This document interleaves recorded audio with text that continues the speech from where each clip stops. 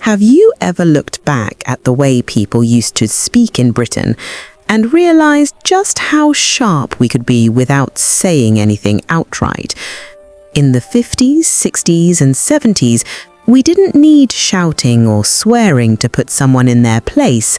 All it took was a tone, a lifted eyebrow, and the soft clink of a teacup being set down, and suddenly you knew you'd made a mistake. Politeness was our armor, softness was our camouflage, and the insults, surgical. Here are some of the most politely brutal British sayings people used to rely on. If any of these sound familiar, you grew up in a world where words were delivered quietly but landed like a brick. And yes, we're saving the best, deadliest ones for the end. Number 1. Bless your heart. If you heard this as a child, you already know. No blessing was involved. This wasn't affection. It was the verbal equivalent of a gentle pat on the head from someone silently thinking, "Oh dear, you really haven't got a clue, have you?"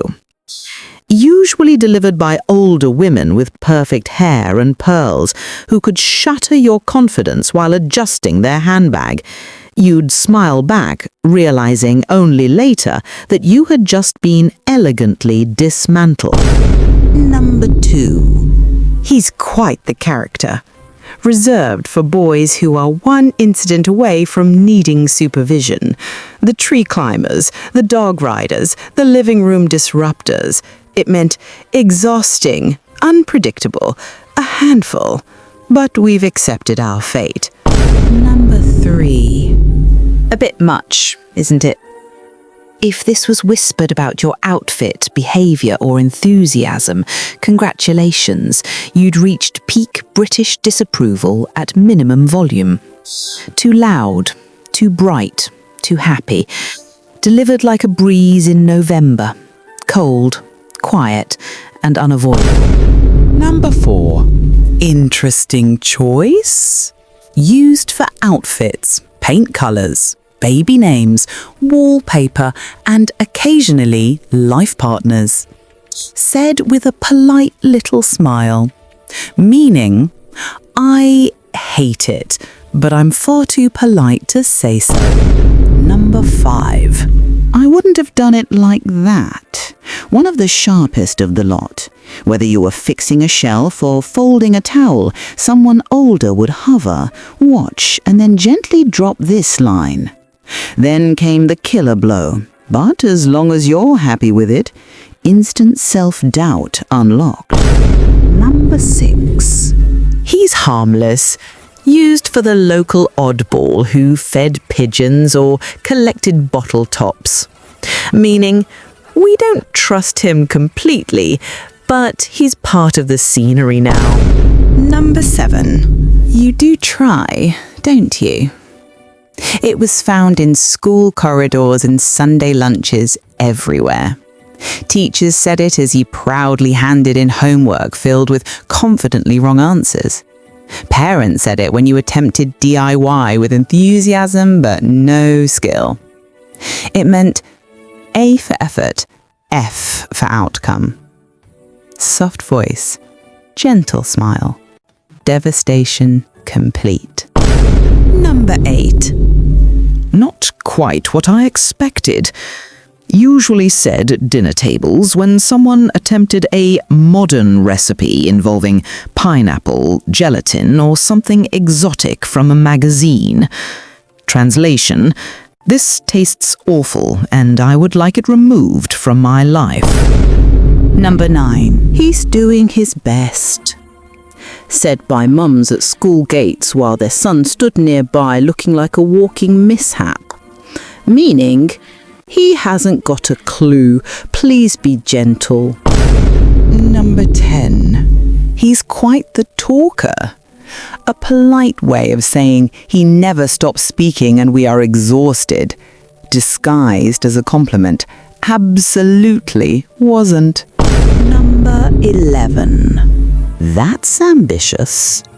Said when a child shared a dream too big for the room, pop star, astronaut, owning property before 40. It meant lovely dream, probably not happening. Number 12. Oh, bless. A tiny phrase with nuclear potential. Depending on the tone, it meant only one thing. You've embarrassed yourself, and I don't know how to rescue you. The shorter the O, the greater the humiliation. Number 13. They mean well. British diplomacy condensed in 3 words. Used for people who tried, but should never actually be in charge of anything. Kind, yes. Competent, not even close. Number 14. She's very creative. Used for kids who cut their own hair, painted the cat, or glued pasta to household objects. A mix of affection, alarm, and resignation.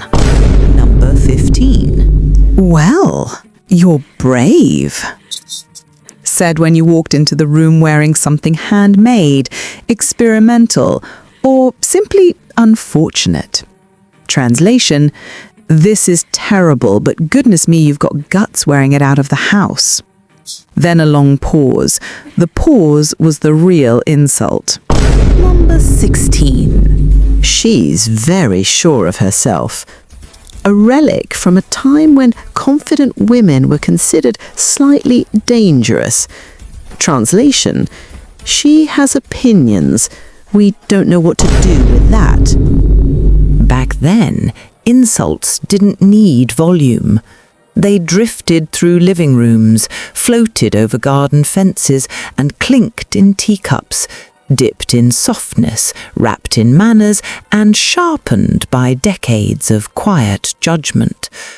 We grew up reading tones, interpreting pauses, and recognizing danger not in shouting, but in silence.